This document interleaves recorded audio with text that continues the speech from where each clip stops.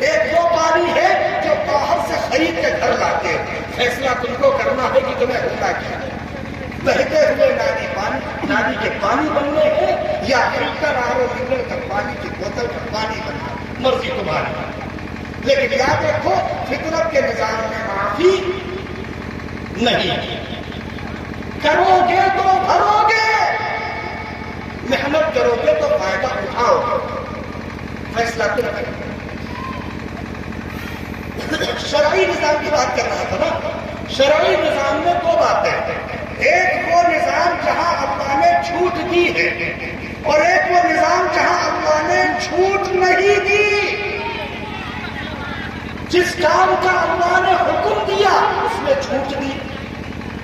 مثال سن لیجیے, اللہ نے حکم دیا نماز پڑھو, چھوٹ دی کہ اگر سو جاؤ, بیمار ہو جاؤ, کسی وجہ سے نہ پڑھ سکو تو بعد میں قضا کر لو. اتفاق سے قضا یاد نہ رہے, مر جاؤ تو تمہارے رشتے دار فدیہ ادا کر دیں.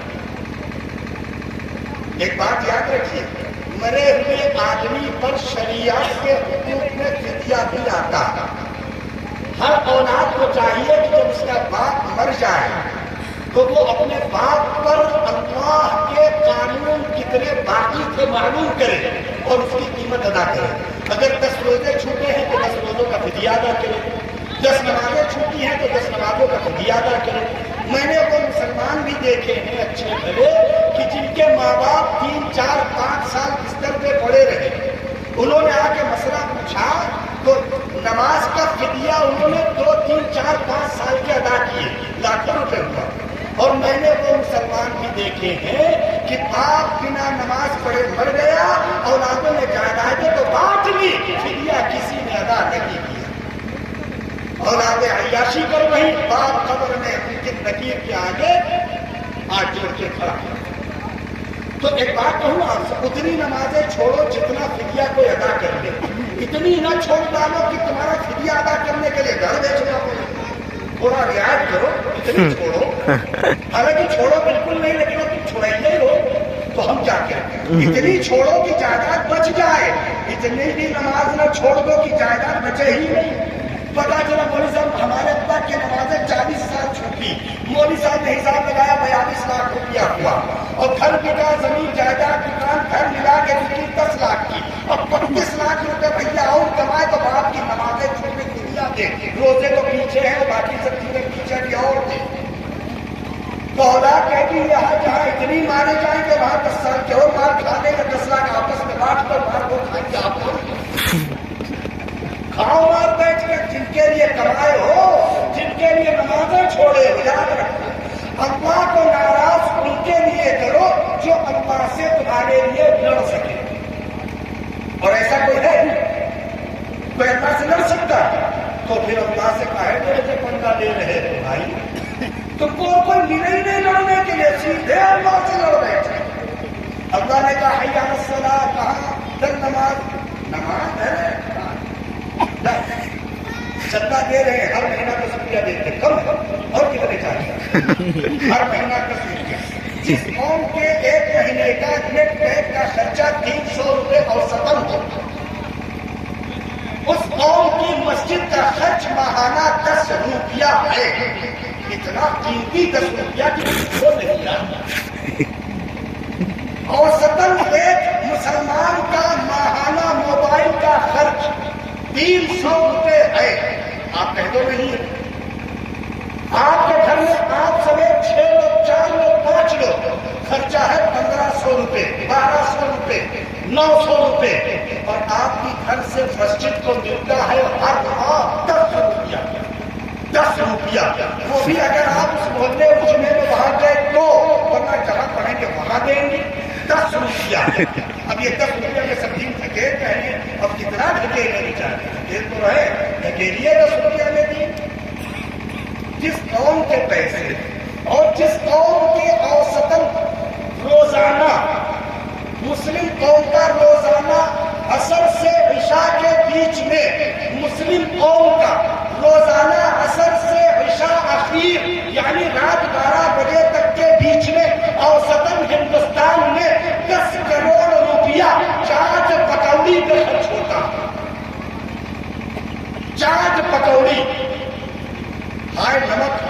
مرچا، ہائے چٹنی، ہائے کھٹائی، یہی کام ہوتا ہے۔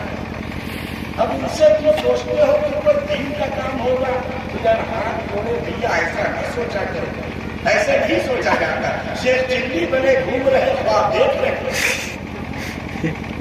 جس قوم کا 10 کروڑ روپیہ صرف نمک اور مرچے پہ لگ جائے، اس قوم سے آپ اچھی امید کرتے ہیں؟ کریے، ہم نے تو نہیں روکا، ہم اسی لیے بتا رہے ہیں اگر آپ اپنا پیسہ غلط کام میں لگائیں گے تو اللہ فطرتاً آپ کو معاف نہیں کریں گے۔ بات سمجھیے کہ نہیں سمجھے؟ بار بار بھول کے ادھر آ جاتے ہیں۔ شرعی نظام سمجھیے، بات ختم کریے، دلیل دے کے بات ختم کروں، 5 منٹ کے اندر اپنی بات کہہ کے انشاءاللہ بات ختم کیے دیتا ہوں۔ اب مقیم صاحب کی محبت تھی، ورنہ میں نے 20 منٹ بولنے کا ارادہ کیا اور میری نظر یہ تھی کہ دو کر کے سب اپنے آپ چلے جائیں گے، اس کے بعد ہم خود ہی چلے جائیں، لیکن الٹا یہ ہو رہا ہے کہ وہ جا نہیں رہا ہے۔ کوئی اٹھتا تو ہم بھی سوچتے اب ایسا کیا جائے جلسوں میں تختی دی جائے، ہاں یا نہ، جب تک سننے کا دل کرے ہاں، جب تک سننے کا دل کرے نہ دکھاتے وہ نظام ختم کر۔ ایسا سسٹم ہونا چاہیے جلسوں میں۔ چلیے شرعی نظام میں اب سمجھ لیجیے اور سارے سوالوں کا جواب آپ کو ملے گا۔ اس میں اللہ نے جس چیز کا حکم دیا ہے اس نے معافی کے راستے بھی رکھے ہیں، اور جس چیز کا حکم نہیں دیا ہے اس کی کوئی معافی کا تصور نہیں ہے۔ مثال ایک دے دوں، بات ختم۔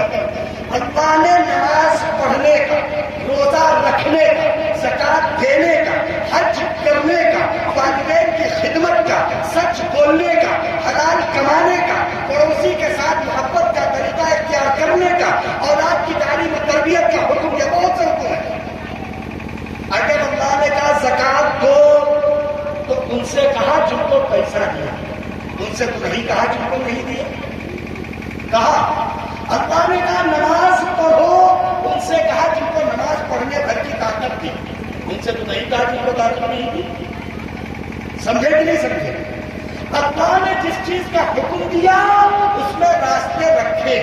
ہمارے روزے رمضان کے اگر چھوٹ جائیں تو قضا کر دیجیے، چھوٹ جائے قضا کرنے سے پہلے مر جائے فدیہ ادا کر دیجیے، راستہ ہے کہ نہیں ہے؟ لیکن جس کا حکم نہیں دیا اس کے لیے کوئی راستہ نہیں رکھا۔ سن لیجیے، اللہ نے طلاق کا حکم نہیں دیا، کہیں دیا حکم؟ نکاح کرنے کا حکم ہے، طلاق دینے کا حکم نہیں ہے۔ تو جس چیز کا اللہ حکم نہیں دیتے اس میں کوئی راستہ بھی نہیں رکھتے۔ لیکن مسلمان بیچارے اتنے سیدھے ہیں کہ وہ ایک ہی چیز میں راستہ ڈھونڈتے ہیں جس میں اللہ نے کوئی راستہ رکھا ہی نہیں۔ مسئلہ کیسے پوچھتے معلوم ہے؟ ایسا ہوا تھا کہ اس سے نہیں، اب خوشی میں بھی کوئی دیتا ہوگا، کہیں ہوتا ہوگا تو غصے میں دیتے بلا اب مولوی صاحب راستہ بتا دیجیے، تو راستہ مولوی صاحب بتائیں گے؟ ساری دنیا کا مولوی ایک جگہ اکٹھا ہو کر راستہ نہیں بتا پائے گا۔ جس کا راستہ اللہ نے نہیں رکھا اس کا مولوی کہاں سے بتائے گا؟ اور اگر کوئی مولوی بتاتا ہے تو وہ دنیا پرست مولوی، وہ لالچی مولوی، بےہودہ آدمی ہے، شریعت کا مذاق اڑاتا ہے، اللہ اسے بھی معاف نہیں کرے گا۔ پھر اس کے بعد معلوم کیا کہتے ہیں؟ آگے کا جملہ سنو، ہم سے کہنے لگے نہیں وہ ایک خلانے کا سسٹم ہوتا ہے۔ ہم نے کہا تمہیں معلوم ہے؟ کہنے لگا ہمیں معلوم ہے۔ تو ہم نے کہا بھیا ہمیں تو نہیں معلوم، ہمیں نہیں معلوم۔ شکر اگر مجھ سے ایک ساتھ پڑھے تم کیا؟ ہم نے کہا یہی نہیں پڑھا جو تم بتا رہے، باقی تو سب پڑھا، اتنا ہی نہیں پڑھا۔ کہنے لگے تم کو نہیں معلوم، دوسرے سے پوچھ لیں گے۔ تو ہم نے کہا دوسرے سے نہیں، تیسرے چوتھے سے بھی پوچھ لینا، سینکڑوں سے پوچھ لینا۔ ایک بات سن لیجیے آپ، مسلمانوں کی بدتمیزی سے حالات بگڑے۔ 3 طلاق کا مسئلہ حکومت کو قانون کیوں بنانا پڑا؟ اس لیے کہ مسلمانوں نے کمینے پن کی انتہا کر دی تھی، بات بات میں طلاق دے رہے تھے، بات بات میں طلاق دے رہے تھے۔ جب اللہ کے نظام کو چھیڑو گے تو اللہ تم پر دشمن مسلط کریں گے، کوئی شک نہیں ہے اس میں۔ ہم نہیں کہتے، حدیث میں صاف طور سے لکھا ہے جب اسلام کے نظام کی بغاوت ہوگی تو اللہ اس پر جابر اور ظالم حکمراں مسلط کرے گی. تین طلاق کو کھیل بنا کے رکھ دیا مسلمانوں نے, قانون بننے پڑے حکومت کے. تو اب ہم سے معلوم کیا کرے, ایک حلالہ ہوتا ہے. تو میں نے ان سے کہا دیکھ بھائی سن, حلال تو ہوتا ہے, حلالہ نہیں ہوتا, دونوں میں فرق ہے. حلال ہونا, حلالہ یہ مسلمانوں کی گندی ذہنیت کی پیداوار ہے, اور حلال شریعت کا اصول ہے, دونوں میں بڑا فرق ہے. ہم اس کی تفصیل یہاں نہیں سمجھا سکتے, آپ کو علماء سے سمجھ لیجیے.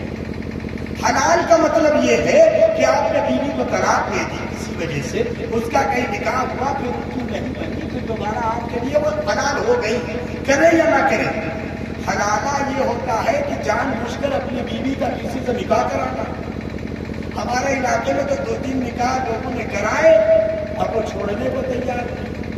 ہمارے پاس ایک مقدمہ لے کے آئے کیا کون سا وہ چھوڑ نہیں رہے.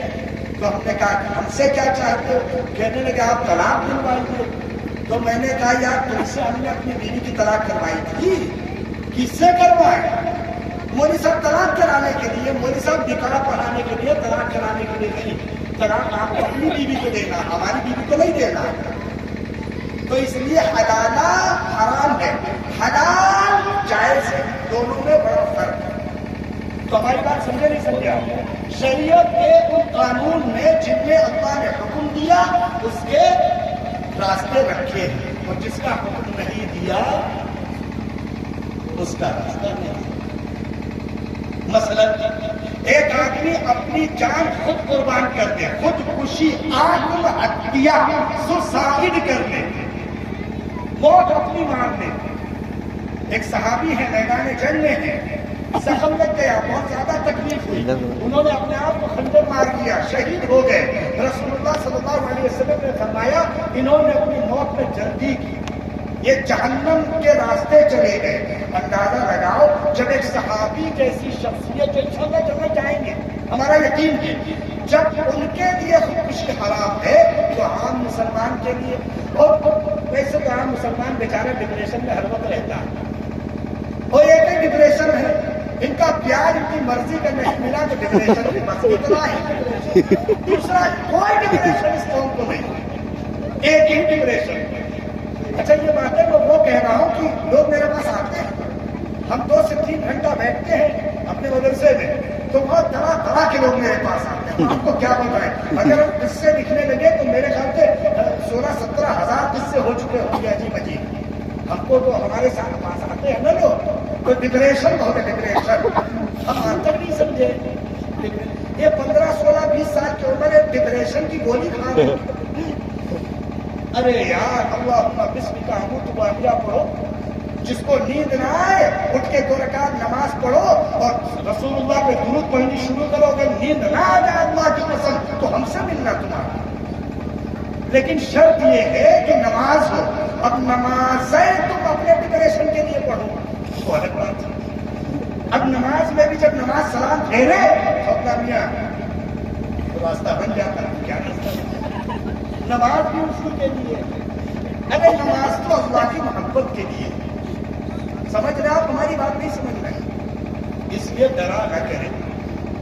اللہ نے جس چیز کا حکم نہیں دیا اس کا کوئی راستہ بھی. خودکشی کی موت حرام ہے, سمجھ لیجئے. 5 وقتہ نمازی, تہجد گزار, تلاوت کا پابند خودکشی کی موت مرے گا تو جہنم جائے گا. سیدھا سادہ مسلمان بہت زیادہ دیندار نہ ہو لیکن نماز روزہ کر لیتا ہو, اگر اپنی موت مرے گا تو انشاءاللہ جنت میں جائے گا. خودکشی حرام ہے کہ نہیں ہے؟ خودکشی کرنے والے کو اللہ معاف, کیونکہ خودکشی کا اللہ نے حکم نہیں دیا. مجھے لگتا ہے کہ میری دونوں باتیں آپ کافی حد تک سمجھ گئے ہوں گے. اللہ آپ کو اچھا رکھے. اور ایک بات یاد رکھیے, آخر میں جو بات کہہ رہا ہوں, بس نہ ڈریے نہ گھبرائیے. اللہ کل بھی تھے, آج بھی ہیں, اور کل بھی اللہ ہی رہیں گے, چاہے کچھ رہے یا نہ. ہم پر اعتبار مسلمان ہونے کے دنیا میں اللہ کے نمائندے ہیں. ہم کو اللہ نے اس دنیا کا بھلا برا سکھایا اور بتایا ہے. اللہ نے ہمیں قرآن دیا ہے, اللہ نے ہمیں رسول دیا ہے, اللہ نے ہمیں شریعت دی ہے, اللہ نے ہمیں سنت دی ہے. دنیا کی کوئی طاقت اللہ کی کتاب کو مٹا نہیں سکتی. دنیا کی کوئی طاقت رسول اللہ کی عزت کو جھکا نہیں سکتی. دنیا کی کوئی طاقت مسلمانوں کا وجود مٹا نہیں سکتی. اس لیے زیادہ ڈرنے گھبرانے کی ضرورت نہیں. دنیا میں اچھی پڑھائی حاصل کریے, اپنے بچوں کو اچھا وکیل بنائیے. اگر آپ کے بچے اچھا قانون جانتے ہوتے تو آپ دوسروں کی خوشامد کرتے. آپ کو جلسہ کرانا ہے, اجازت لینی ہے. اجازت کن ضابطوں اور کن اصولوں اور کن قانون اور کس سنویدھان اور کس لا سے ملے گی؟ آپ کے بچے تو جانتے نہیں ہیں. بھیا تم نیتا جی, تم تو بھیا نیتا کرو بیٹھ کر کے. تمہارے بچے پڑھے لکھے ہوتے, ایک درخواست لکھتے, قانون نمبر فلاں, قانون نمبر 18 فلاں, اس کے تحت مجھے پرمیشن چاہیے, مجھے اپنا پروگرام کرنا. دھوان سے جائیے, سیدھا پیش کریے, نہ مانے اوپر کی عدالت میں جائیے, ٹھاٹ سے جلسے کریے. لیکن آپ کے جلسے بھی دوسروں کے بھروسے رہ گئے. کیوں؟ معلوم ہے کیونکہ آپ نے فطرت سے بغاوت کی. آپ پڑھے نہیں ہیں, آپ جانتے نہیں ہیں, تو ذلت تو اٹھانی پڑے گی نا. آپ کی بیوی, آپ کے یہاں بچے کی پیدائش کا وقت ہے, ڈاکٹر بولا کہ بہت سیریس کیس ہے, سیجیرین ہے, آپریشن ہوگا, 48,000 روپے کا خرچہ. ہاں بھیا دو. اور اگر آپ کا لڑکا پڑھا لکھا ہوتا, لڑکی پڑھی لکھی ہوتی, تو کہتی کوئی مشکل کیس نہیں, پریشانی تو تھوڑی بہت ہوتی ہے, یہ 10 روپے کی دوا ہے, 12 روپے کی گولی ہے, 14 روپے کا انجیکشن نے دیا, 100-150 روپیہ میں بچے کی ولادت ہو جائے. لیکن کب؟ جب آپ کے بچے بچیاں پڑھی لکھی ہوں. ورنہ 48,000 مانگ رہا ہے, دیجیے گا تو ہاتھ جوڑیے اور خوشامد کریے. اور جب وہ آپ کے بچے کی ولادت ہو جائے تو 5 کلو مٹھائی لے جا کے ڈاکٹرنی صاحبہ شکریہ, یہ بھی کھائیے, یہی کریے. بس میرے بھائی, اگر میری بات بری لگی تو ذمہ دار کون ہے؟ میں. اور اگر میری کوئی بات اچھی لگی ہے تو اس کے ذمہ دار حافظ محمد مقیم انصار صاحب ہیں, کیونکہ یہی مجھے بلائے. اگر اچھی لگی ہے تو, اور بری لگی ہے تو انہوں نے تو کہا نہیں. انہوں نے کہا, میں نے کہا ہمارے ساتھ مولانا محمد سلمان صاحب ہیں, وہ نیک آدمی, بڑے اچھے مقرر ہیں. میرا تو جب چاہتا تھا کہ تھوڑی دیر تقریر کر دیتے, لیکن اس وقت تیار نہیں ہوئے, وقت بھی نہیں پہنچا. تو آپ حضرات بھی اب سوچ رہے ہیں کہ یہ دوسرے جگاڑ میں تو نہیں لگ گئے, ہم کسی جگاڑ میں نہیں.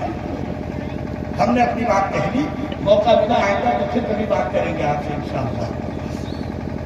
دل کرتا ہے جب سامنے بیٹھ جاتے ہیں لوگ تو کچھ باتیں بول دینے کا دل کرتا ہے, اور صرف اس لیے ہمت ہوتی ہے کہ آپ سن لیتے ہیں.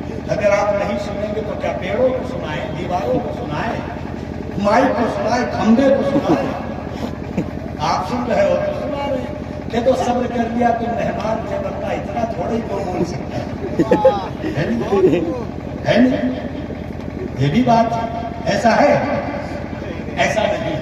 کہ تو دین کی بات ہے, کوئی بھی بولے ہمیں سننا. اور ہم تو اپنے اللہ کے بندے ہیں, رسول کے امتی. ہم دنیا میں کسی سے نہیں ڈرتے. یاد رکھو, اللہ خیر الحافظہ. مسلمانوں یاد رکھو, بدر کے میدان میں اللہ نے قرآن میں وعدہ کیا ہے کہ جس دن بدر میں سامنے باطل تھا, سامنے حق تھا, ہم نے طے کر دیا تھا قیامت تک اسلام کو زندہ رہنا ہے انشاءاللہ.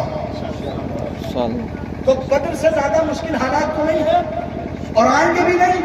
تو تم مٹ جاؤ گے کیا؟ نہ ڈرو نہ گھبراؤ, نہ الجھو نہ الجھاؤ, نہ ستاؤ نہ ستو, نہ ظلم کرو نہ ظلم سہو. اپنے معاملات کو اللہ سے حل کرو. اللہ رب العزت ہم کو عمل کی توفیق عطا فرمائے. وآخر دعوانا الحمدللہ.